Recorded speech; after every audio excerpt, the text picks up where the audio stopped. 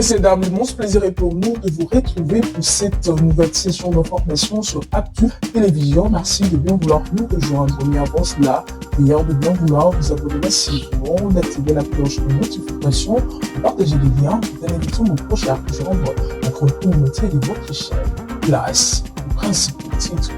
Aujourd'hui, le genre du M23, les troupes et les éléments de Sultan Makenga, ils ont réussi à contrôler suffisamment tous les axes qui mènent vers Millennium. Ils sont dans l'armée républicaine. Quelle républicaine? Ces gens sont des Katangais qui sont là, en train de faire, ils sont en train de faire tuer nos jeunes frères qui sont du Kassai. La majorité des militaires qui sont formés ces derniers mois, la plupart viennent du Kassai. Vous pouvez avoir vos contradictions, vous pouvez avoir vos guerres. On dit même qu'ils ne sont pas congolais, oui j'accepte. Mais qu'est-ce qu'un enfant de 2 ans, un enfant de 3 ans, une femme enceinte qu'on va violer, des bétails, des vaches qu'on est allé tuer seulement parce que les gens sont des Banyamulés? C'est inacceptable. Je donne toujours l'argent en priorité. Comment nous ne pouvons pas avoir de drones? Le Rwanda avec 5 drones qui sont à Kaziba sont en train de nous terroriser. Tous nos militaires sont en train de paniquer, en train de fuir. Parce que c'est un réflexe normal. On continue à expliquer. Vous expliquez quoi? Quand Baraka va tomber, on va vous dire qu'ils sont à 40 km de Kalemi. Là, les gens commencent à paniquer encore. Non, voici, non. On ne va pas paniquer, on va trouver que ça va. C'est comme ça que les choses doivent aller. Oui. Moi, je ne suis pas. Je n'ai aucune pensée de pouvoir. Quand il y a un ennemi qui est en face, j'ai mon arme, je peux résister. Il tire, je tire. Mais ça, c'est un truc qui est suspendu au ciel là-bas, qui est en train de tirer sur vous. Vous faites comment pour vous battre? Oh non, nos militaires n'ont pas le sens du sacrifice. Pourquoi ils fuient? Leur compétence, c'est comme ça qu'ils sont en train de faire tomber les villes depuis Bunagana jusque là où ils sont maintenant à point zéro vers Baraka. Ils sont compétents, ils ne sont pas incompétents. Ils savent ce qu'ils font. Vous voyez, n'est-ce pas? C'est un peu le langage qu'on nous habitue et nous nous habituons à ça.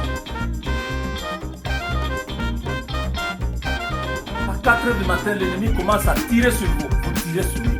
L'ennemi commence à bombarder. Il jette des bombes sur vous. Vous ripostez les bombes sur lui. Non, non, nous ne sommes pas dans cette guerre-là. Vous êtes au sol en train d'avancer. Vous voyez un truc se suspendre au-dessus de votre tête. Commence à larguer des trucs. Les gens meurent à gauche.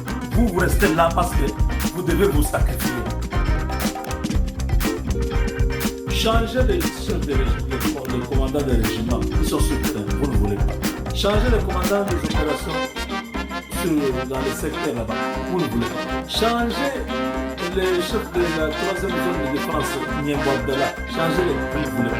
Changez les chefs d'état-major avec Chaligonza et les autres, changez-les, vous ne voulez pas.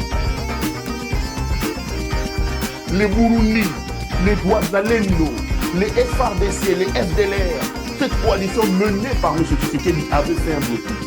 Pas d'entrée, pas de sortie, pas d'eau. Les militaires rentraient, violaient les femmes, tuaient les gens. Les militaires tuaient du bétail. C'était inacceptable. Les amis, n'acceptons pas ça. D'ailleurs, au Congo, la guerre, c'est une priorité. On donne toujours l'argent en priorité. Comment nous ne pouvons pas avoir des drones? Le Rwanda avec 5 drones qui sont à Kaziba sont en train de nous terroriser. Tous nos militaires sont en train de paniquer, en train de fuir parce que c'est un réflexe normal. Quand il y a un ennemi qui est en face, j'ai mon arme, je peux résister. Il tire, je tire. Mais ça, c'est un truc qui est suspendu au ciel là-bas, qui est en train de tirer sur vous. Vous faites comment pour vous battre? Oh non, nos militaires n'ont pas le sens du sacrifice. Pourquoi ils fuient? Messieurs, vous êtes malades, vous qui parlez des choses. J'ai vu des gens en train de dire des choses comme ça. O basoda na biso baza na esprit ya sacrifice te ya bitumba te so kaka bamoni basoda mibale bakufi bango nyonso bakimi. Ah, mais attendez, nous sommes dans une guerre non conventionnelle. Vous voulez que les militaires puissent être conventionnels? Les militaires, avec une guerre conventionnelle, c'est-à-dire il y a un front en face. Vous vous battez avec l'ennemi. À armes égales, combat égal. À 4 heures du matin, l'ennemi commence à tirer sur vous. Vous tirez sur lui. L'ennemi commence à bombarder. Il jette des bombes sur vous. Vous ripostez des bombes sur lui. Non, non, nous ne sommes pas dans cette guerre-là. Vous êtes au sol en train d'avancer. Vous voyez un truc se suspendre au-dessus de votre tête, commence à larguer des trucs. Les gens meurent à gauche. Vous restez là parce que vous devez vous sacrifier. Vous êtes vraiment minable avec des raisonnements comme ça.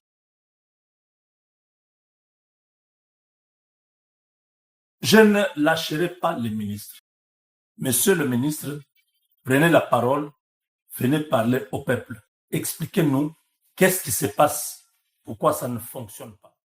Je vous annonce que aujourd'hui, le gens du M23, les troupes et les éléments de Sultani Makenga, ils ont réussi à contrôler suffisamment tous les axes qui mènent vers Minembwe.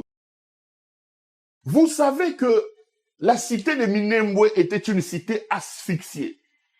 Et ici, dans plusieurs de mes émissions, j'ai alerté sur cette question-là. Beaucoup de mes invités ont parlé d'un génocide. La situation de ces gens-là à Minembwe, de nos compatriotes Banyamulenge, il y a des gens qui n'aiment pas que je dise ça, était tout simplement intenable. Les amis, nous pouvons avoir nos divergences, nous pouvons avoir nos problèmes. N'oubliez pas que la vie humaine est sacrée. N'oubliez pas que personne n'a le droit d'exiler une autre personne. Nous ne pouvons pas accepter que des femmes innocentes, que des enfants de 3 ans, de 2 ans, puissent mourir à Minembwe sous prétexte qu'ils sont des Banyamulenge. Non! L'humanité n'acceptera pas ça. Après la Shoah, après ce qui est arrivé au Rwanda, nous ne pouvons pas accepter que des familles entières soient affamées. La situation à Minembwe était tout simplement un génocide opéré par M. Tshisekedi. Vous pouvez avoir vos contradictions, vous pouvez avoir vos guerres. On dit même qu'ils ne sont pas congolais. Oui, j'accepte. Mais qu'est-ce qu'un enfant de 2 ans, un enfant de 3 ans, une femme enceinte on va violer, des bétails, des vaches qu'on est allé tuer seulement parce que les gens sont des Banyamulenge. C'est inacceptable. Ça, c'est des choses qui sont inhumaines. Aucun homme normal, aucun homme qui a la sensibilité ne peut accepter ça. Ce que nos compatriotes Banyamulenge vivaient sur les collines de Minembwe là était tout simplement inacceptable. Les Burundi, les Touazalendo, les FRDC, les FDLR, cette coalition menée par M. Tshisekedi avait fait un blocus. Pas d'entrée, pas de sortie, pas d'eau. Les militaires rentraient, violaient les femmes, tuaient les gens. Les militaires tuaient du bétail. C'était inacceptable. Les amis, n'acceptons pas ça. Parce que si nous acceptons ça, demain nous accepterons ce qui se passera par exemple au Katanga contre le Baluba. Demain nous accepterons ce qui se passera à Kinshasa contre les Bateke. Demain nous accepterons. Non, nous sommes un grand peuple, nous sommes un grand pays. Nous avons l'obligation de créer l'État-nation. Je suis désolé parce qu'aujourd'hui, ce que Kabila, ce que Mobutu ont construit, ont bâti au prix d'énormes sacrifices, la volonté de vivre ensemble, l'inconscient, le fou qui dirige aujourd'hui le pays est en train de tout déstructurer. Il vient nous implanter le tribalisme. Et ce tribalisme-là a amené à asphyxier un peuple. C'est inacceptable. Donc aujourd'hui, le M23 a réussi à prendre le contrôle de Minembwe et de tous ses axes. De prendre le contrôle de Minembwe et tous les axes. Et j'ai même vu que le coordonnateur du M23, le coordonnateur adjoint, comment on est Ranani, Kaniki, je crois, Kaniki. Freddy Kaniki est arrivé aujourd'hui à Minembwe. Les troupes des M23, donc les hommes de Makenga, ont réussi à libérer cet espace-là. À libérer cet espace-là. Nous sommes heureux, surtout pour ces gens-là qui sont en train de mourir. Mais ici, nous lançons un appel à Bertrand Bisimwa.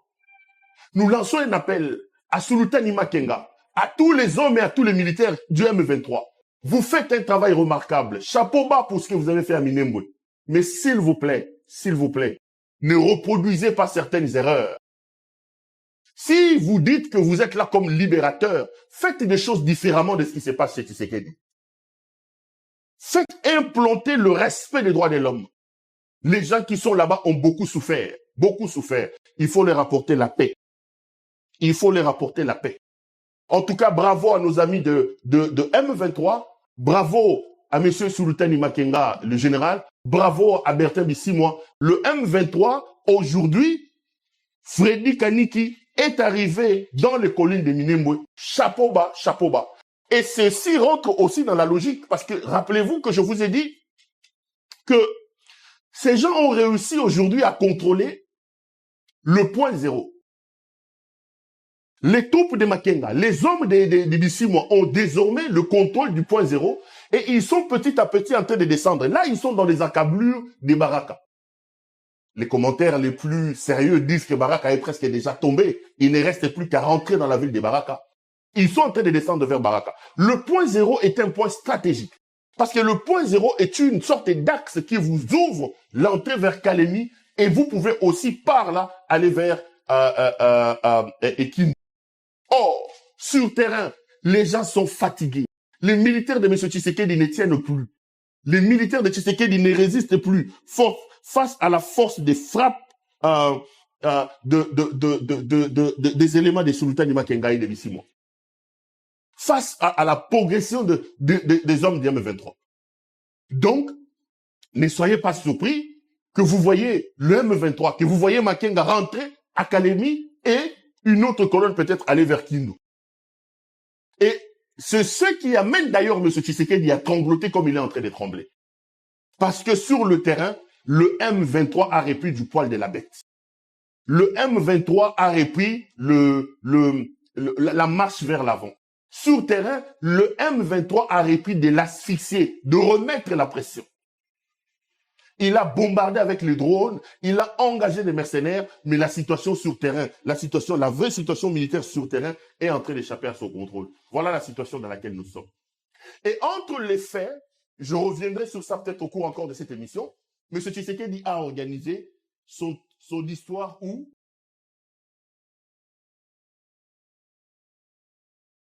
en disant ils sont dans l'armée est républicaine. Quelle est républicaine? Ces gens sont des Katangais qui sont là en train de faire. Ils sont en train de faire tuer nos jeunes frères qui sont du Kasaï. La majorité des militaires qui sont formés ces derniers mois ici, la plupart viennent du Kasaï. Et là-bas, ils savent ça. Un consigne dit, ces enfants-là, quand ils arrivent là-bas, il faut les exposer. Vous connaissez ça, n'est-ce pas? Même dans la Bible, David a invité Iri. Il lui a donné une lettre. Il l'a envoyée au général qui était au front. Quand le général lit, la lettre disait que c'est monsieur qui a amené la lettre là. Mettez-les devant, comme ça qu'il puisse mourir. Vous comprenez? C'est des choses qui arrivent en guerre. Un consigne. Avec ses amis là-bas, ils peuvent se dire, bon, ces gens ici sont du Grand Kasaï, ils sont nombreux là et tout ça. Ils disent qu'ils sont bien formés, c'est des grands, ce sont des commandos, tout ça. Exposez-les là-bas. On va pas les soutenir. Le moyen aérien ne viendra pas. Vous expliquez ça comment? Pendant un mois, les gens qui sont au front vous disent, envoyez-nous des moyens aériens parce que l'ennemi est en train de nous malmener. Nous n'avons pas la possibilité de riposter. Rien ne se fait. Il faut continuer à expliquer. Vous expliquez quoi? Quand Baraka va tomber, on va vous dire qu'ils sont à 40 km de Kalemi. Là, les gens commencent à paniquer encore. Non, cette fois-ci, non. On ne va pas paniquer. On va trouver que ça va. C'est comme ça que les choses doivent aller. Vous voyez? Moi, je n'ai aucune pensée de pouvoir. Je ne fais qu'alerter. Parce que je suis journaliste, je reçois les messages, et les bons et les mauvais. Mais quand un message revient plusieurs fois, et même des gens crédibles, des gens que nous avons toujours travaillé ensemble, vous savez que celui-là, c'est un patriote. Quand lui te dit, c'est pas des histoires ramassées. Il y a des gens, ils te disent comme ça, ah, ça peut être, il exagère seulement. Mais tel, il te dit, mon cher, il faut alerter. J'alerte. Mon cher, il faut alerter. J'alerte. C'est grave, j'ai un petit frère qui est sur le terrain, qui nous dit qu'il y a telle chose. On alerte. Les gens sont là en train de continuer à faire des réunions normales comme si tout était bien. Pendant que les autres qui sont sur le terrain, la nourriture pose problème, ils n'ont pas de ravitaillement, on a détourné leur argent, beaucoup de choses. Changez les chefs les commandants des régiments qui sont sur le terrain, vous ne voulez pas. Changez les commandants des opérations dans les secteurs là-bas, vous ne voulez pas. Changez les chefs de la 3e zone de défense, Niembo Abdallah, changez-les, vous ne voulez pas. Changez le chef d'état-major, Banza, avec Gonza et les autres, changez-les, vous ne voulez pas. Bon, si les choses évoluent, nous allons vous dire seulement que ça a évolué. Nous ne ferons pas, nous ne pleurerons pas, on ne fera pas les deuils, on ne va pas se lamenter. Non, non. On va trouver que c'est normal. C'est la guerre. C'est comme ça. Ceux qui sont là sont compétents. Leurs compétences, c'est comme ça qu'ils sont en train de faire tomber les villes depuis Bunagana jusque là où ils sont maintenant à point zéro vers Baraka. Ils sont compétents, ils ne sont pas incompétents. Ils savent ce qu'ils font. Vous voyez, n'est-ce pas? C'est un peu le langage qu'on nous habitue. Et nous nous habituons à ça. Demain, que personne n'explique, parce que les images sont là. Il n'y aura ni excuse, ni explication. Parce que nous voulons vraiment qu'il y ait quand même un responsable. Quand il y a quelque chose comme ça, même aux États-Unis, dans les grands pays, quand il y a quelque chose qui ne va pas, il faut qu'il y ait quelqu'un qui est responsable, qui doit dire oui, c'est à cause de moi que ça, je démissionne. Ou s'il ne peut pas démissionner, on les met dehors. Au Congo, il n'y a personne qui est responsable. Le ministre de la Défense est bon. Le chef d'état-major est bon. Tous les commandants des unités sont bons. Tout est bon. Mais, entre-temps, les populations vident leur village.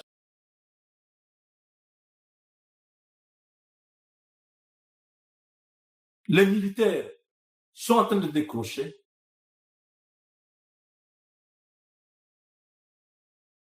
C'est une démotivation, même des Burundais qui sont venus nous aider. Les Ouazalendo font leur travail. Je mets jusqu'à quand on va continuer à gérer l'armée de cette façon-là.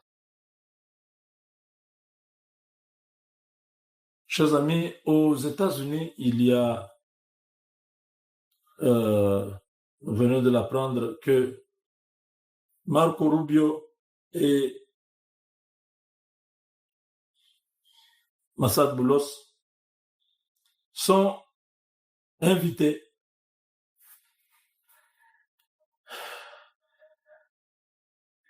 à la suite d'une requête formulée par le sénateur Ken, c'est un sénateur républicain, et Booker, un sénateur démocrate.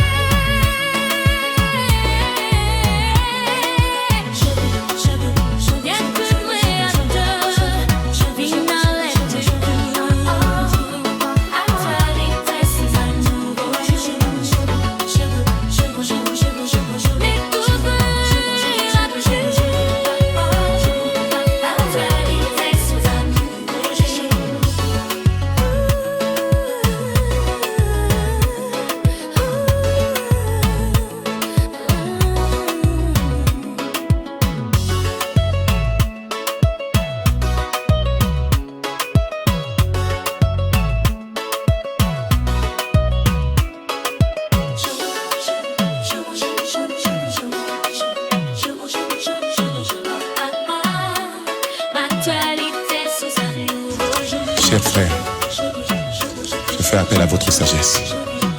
La sagesse bantou. La situation est plus grave que vous n'imaginez. Unissons-nous, car vous êtes capables de sauver ce pays. Oublions tout ce qui nous a divisés jusqu'ici.